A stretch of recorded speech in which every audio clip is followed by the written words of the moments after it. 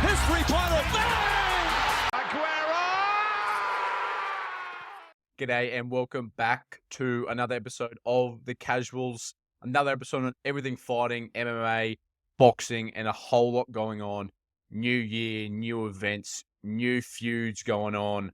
And from the weekend, we had Johnny Walker taking on Magomed Ankalaev. I mean, it disappointed. The whole card disappointed. It was so boring, I thought. I thought it was a terrible way to start the year. And I think this week coming up, UFC 297, is even more disappointing nearly. I don't know, the way the year has started, I would have expected some bigger cards. We have some ones lined up later, but these first two things of the year are really, really disappointing. I didn't even watch any of the fights except for the main two, Jim Miller versus Gabriel Benitez and Magomed Ankalaev versus Johnny Walker. Jim Miller with the performance of the night. This bloke, I don't know how he's still kicking. He shows up every time. I think he might be on a 2 or 3 win streak right now. But getting up in age, 40 years old. I hope he gets on UFC 300, finishes the way off that he deserves. I think it would be a really good thing to see, and to see a guy like him who's given everything to the UFC. I think he's got the most fights in UFC. He's got the UFC record for most bouts, most total wins, and most wins in the lightweight division. Just absolutely torn through everything you can do in the sport except becoming a champ. But he's really showed up, and it'd be awesome to see him. I want to see him at 300 against a veteran, a Clay Guida or a Tony Ferguson. Just one of those veterans going at it, and a double retirement on the night would be the perfect way to send out either of these guys. But Jim Miller, he keeps showing up. I mean, no doubt his age is getting up there. He keeps showing up, which will probably be the only thing that'll deter him away from wanting to retire. He got a win last year. He beat Donald Cerrone, beat Nicholas Motta, and then before that, he won against Eric Gonzalez, and then lost to Joe Solecki. So he's actually on a 1, 2, 3, 4, 5 win streak after that win on the weekend. So can he keep going? Can he take up another level and fight a Tony Ferg or a Clay Guida? Be the fights that I want to see. Good submission, round 3 submission. He was pretty much dominating the whole fight anyway. Went into to fight a pretty heavy favorite, and got the submission in that third round. Moving on to the main event, Magomed Ankalaev versus Johnny Walker. Ankalaev gets the knockout in round 2, 242, and Johnny Walker just got fucking slept. I was watching this one, and I was like, when's something good going to happen? And Ankalaev, it seems like he heard me. He fucking pumped the shit out of him. He just shattered his face, really. I called it last week on the pod. I posted a video. It pays to listen. It pays to hear everything we talk about on here, because Magomed Ankalaev, I knew they were going to be swinging hard at each other. And Johnny Walker, I just didn't think his games and his fun and games were going to be a match for an Ankalaev who doesn't fuck around. He just gets to his business. Performance of the night, very deserved. But, I mean, Johnny Walker, I'm not too sure what his plan is now, but Magomed Ankalaev has a real shot going on here. He's in talks for that next light heavyweight shot, and it could be at UFC 300, but it'd be good to see a little contender match, maybe him versus Jamala Hill for that next title shot. But I mean, giving him that shot at Pereira next really isn't out of the ordinary. I mean, Jamala Hill, you'd expect him to have a fight on his return since he's been out for so long. Give him a Alexander Rakic, give him a Jan Blachowicz, give him a Yuri to see if he's made of the right stuff still. It would be a really good test. So I think 300 really could be Pereira versus Ankalaev, and that is a tough fight to pick. You don't know what Pereira will come out with. I mean, Ankalaev is as solid as it gets in this light heavyweight division. He's an all-round guy. 18, 1-1, 11 wins by knockout, 6 in the first round. Pretty good at takedowns. He's only attempted 32. Good takedown defense, which won't really matter. In a fight with Pereira, who are just going to be going at each other. But it's definitely a threat. He's good on the ground. He just can control really well.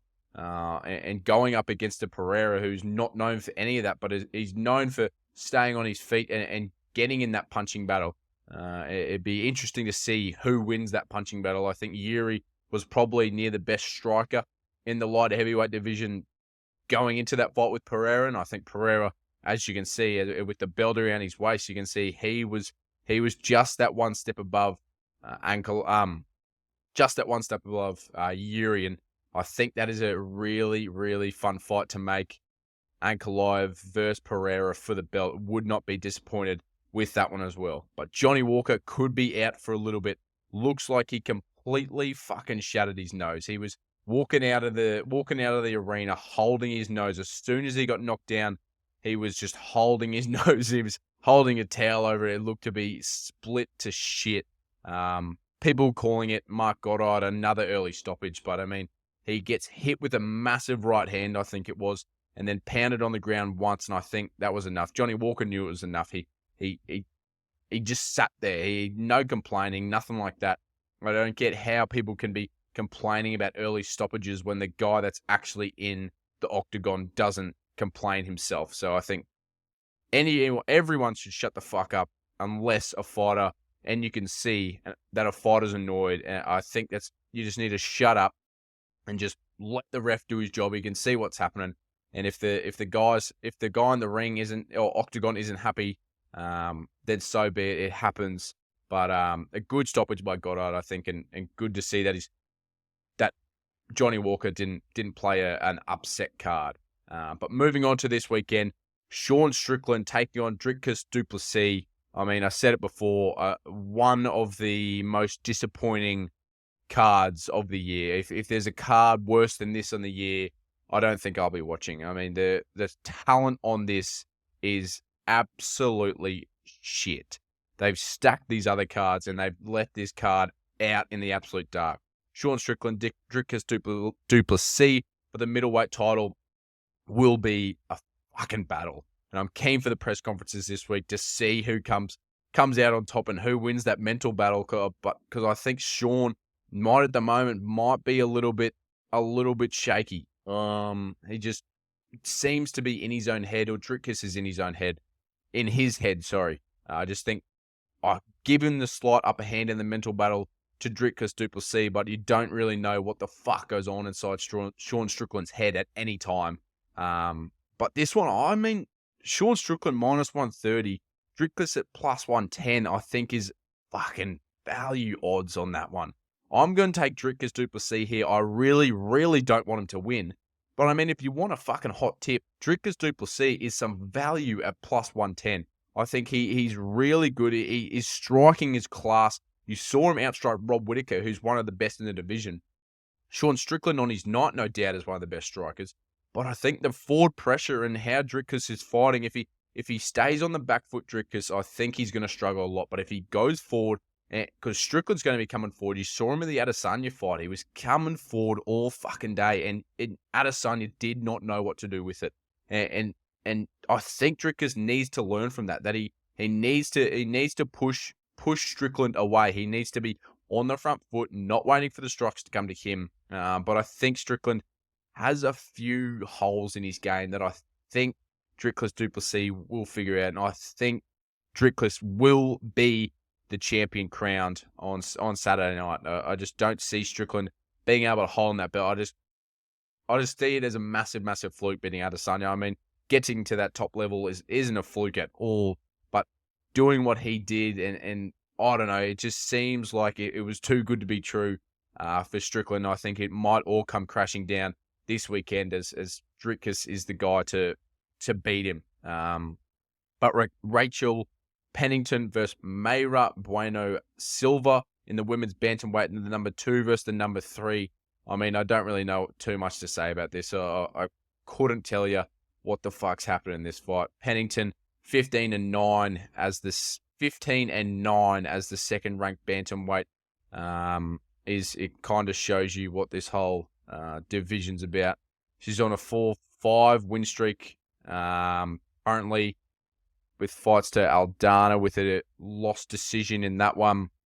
Home, a lost decision. Beat Renau by decision, submission against Chaesun. Another decision. I mean, if you want a fucking pretty solid bet, I'd be just going this fight to go the distance. I mean, there's not much going to happen in this one. You got one knockout by Mayra Bueno Silva, but 8 wins by submission, so it could be a ground game. If you're looking for value in that, I'd be going to Silva by submission first round. 7 first round finishes, 1 knockout in a career, and 8 by submission. So you got a high chance of a submission in this one. She submitted Holly Holm in her last fight, 38 seconds into round 2. Another submission before that. Unanimous decision. Just really, I'd be just going straight to submission. Silva for a bit of value in that fight, no doubt, because I think Pennington is good, but I just don't think she's going to be able to hold down Silva, especially with Pennington's record. I mean, boring as fuck. 15-9 and being that high up is absolutely, it blows my mind that she's even up for a close of a number 1 contender shot. But moving on, Neil Magny versus Mike Malott.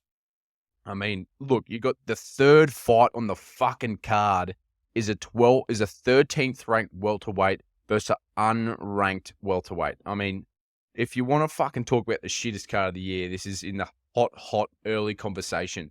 This 297 card is absolute dog shit. The main fight will be fun to watch, but apart from that, I mean, I might just turn it on for the main fight. The rest of these fights look like dog shit to me. I mean, Arnold Allen fighting at the start of the main card. He's an underdog against Moisa Evolov, a guy from Russia. Haven't heard a word about him. I know Arnold Allen's a really solid guy. I think his last loss was against Max Holloway, which you can't take anything away from that. Holloway, one of the greatest to ever do it. But apart from that, he's been tearing through divisions and only 19-2 with 1 loss to Max Holloway. I mean, I'm taking that all day. But Moisa Evolov, never heard of this guy. 17-0, 3 wins by knockout, 4 submissions. So a guy that just plays the long distance game. Arnold Allen, a tiny bit of a knockout artist, 7 wins by knockout, 4 by submission. I mean, this is a bit of a tricky one. I mean, it's a bit of a flip of the coin. I'm leaning towards Arnold Allen, just more, I'd say, in-ring experience. I think he's really, really solid. I don't take anything away from him, especially when his only loss is to Max Holloway in recent times. So I'm leaning towards Arnold Allen, but who knows, this fucking Russian bloke can come out with anything and just absolutely rip him a new one. And I wouldn't be surprised, but I'll tell you what, I just don't really know much about these fucking blokes because they're blokes that I don't give a fuck about at the moment. And I mean, there's not even any more fights to talk about on this card. It's just absolutely disappointing for the first card of the year. I mean, these fucking prelims and early prelims are absolutely shocking. Looks like they just grabbed a bunch of blokes and chicks from the side of the street and started punch on. I think that might even be more entertaining than what this card looks to be serving up at the moment. But finally moving on, Dana White has announced some good fights, added to a few different cards. UFC 300 has 2 fights added to it. Zhang Wei Li versus Yan Xiaonan. Not too sure how to say that last name, but Zhang Wei Li putting her strawweight title on the line against Yan Xiaonan. Both Chinese fighters, really good to see. Yan is 17-3, and when everyone knows Zhang Wei Li, 24-3, an absolute machine. I mean, it's hard to go against anything but Zhang Wei Li, who's been on top of the world for years now, and a really, really solid fighter. I mean, significant strikes by position, 464 strikes to the head. I mean, she's not one to mess with. A big fight win streak recently with her most recent loss is to Rose Namajunas in 2021. Just an absolute machine. Everyone knows about that head kick before that. So both losses recently were against Rose And Rose is gone now, so she's coming back though. Another fight been announced. Rose Namajunas is back finally taking on Amanda Ribas in the flyweights. I mean, I don't know what's happened to Rose. I don't know where she's been. I don't know what's happened to her. I swear she was active as hell, and then that loss to Esparza. Carla Esparza seemed to kind of rock her. I don't think she's been back. Has been back since then. Just really, really might have shocked her. She said she was pretty close to retirement after the UFC 274 loss. So that's 23 UFCs ago, which is a long, long time. I swear that would have been 2 or 3 years ago since that one. But it's good to see her coming back. She's a real entertainer and a real fan favorite fighting on a fight night. But another UFC 300 edition is Davison Figueiredo taking on Cody Garbrandt. I mean, a huge, huge fight to add to the card, and a real, real good one. Figueiredo is a heavy, heavy favorite for me in this one. I mean, the way he outstruck and just class Rob Font was a real, real wake-up call that this guy is coming for that bantamweight division and could work his way up pretty fucking quickly. I mean, he's already been holding that flyweight belt for so long and was a huge guy in that division. He's still got a long, long time to go. I think he's only about 30, 32 maybe, so he's still got a bit of legs in him. But for me, this UFC 300 card is really, really shaping up. I mean, you get people who are complaining. I mean, fuck, this is a really, really good card so far. I think the worst fight on here, I'm going to say, is Bo Nickel. I mean, Bo Nickel versus Cody Brundage. Who the fuck is that? But these other guys, I mean, Zhang Wei Li, Charles Oliveira versus Arman Chaskudian, Yuri Prochaska versus Alexander Rakic, Calvin Kattar, Aljamain Sterling. I mean, some huge, huge fights. Adding Figgy and Cody Garbrandt to that is just gets even better. And no doubt some big, big fights will still be added. I mean, I don't think there's even a main event or a co-main event on this card yet. And I mean, having probably Figgy and Cody Garbrandt on the prelims is fucked. I mean, Calvin Kattar and Aljamain Sterling could even be on the prelims. I mean, you're not moving Charles Oliveira down. You're not moving Yuri down. Zhang Wei Li will probably be the third main fight. We're expecting two more big fights to be named. But I mean, it's shaping up good. I really like where it's headed at the moment.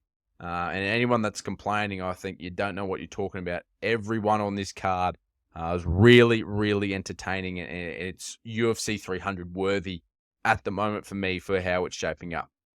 Moving on, Tai Bam Bam Tuivasa is back versus Marcin Tybura, number 9 heavyweight versus number 10 heavyweight.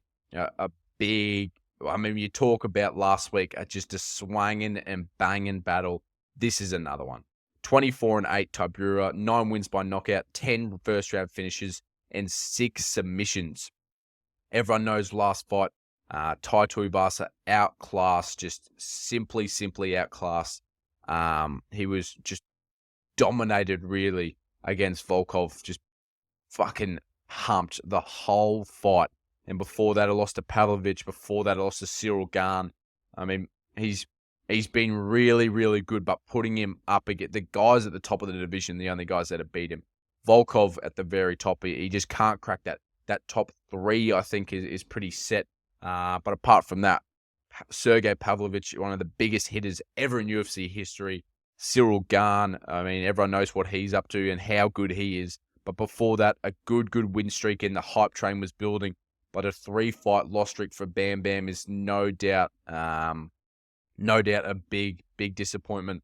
But 15-6, 14 by knockout, 12 first round finishes. I think it's just, he's going to be forced into a punch on with Tybura. I think there's no chance these guys get close to the ground. I think they're just going to be fucking going at each other like no tomorrow. Moving on, Sean Brady taking on Vicente Luque. Everyone knows that Sean Brady fight against Kelvin Gastelum recently. It was one of the most dominant performances I've recently seen. He absolutely pummeled him. His only loss coming to Bilal Muhammad, which is disappointing, losing to Bilal, one of the fucking most boring fighters you'll see. But Sean Brady has a lot more to give. 16-1, 3 wins by knockout, 5 submission, 3 first-round finishes. This guy he puts on clinics. But the guy's going up. Vicente Luque was supposed to go up against Ian Machado Gary recently. Machado Gary fucking bitched it hard. Said he was sick and pulled out. But Luque, 11 wins by knockout, 8 submissions, 13 first-round finishes. This guy doesn't like going to the bell. 19 finishes before the bell from his 22 wins. An absolute machine and an excitement machine. I'll be tuning into that one 100%. He's a really, really entertaining guy to watch. And that fight will be putting on a show 100%. But moving on to everything inside the world of boxing at the moment. Artur Betfedev just fought on the weekend. A good win. I mean, this guy, he doesn't look 38 years old, but he's a machine. 20-0 and just keeps on adding to it. Everyone's wondering what's next for him. He's just so good. Beats Callum Smith in the 7th round.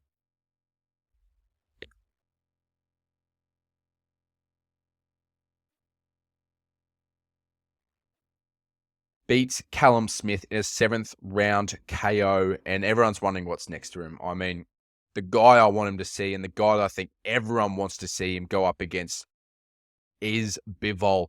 Him and Bivol is a super fight that everyone wants. It'll be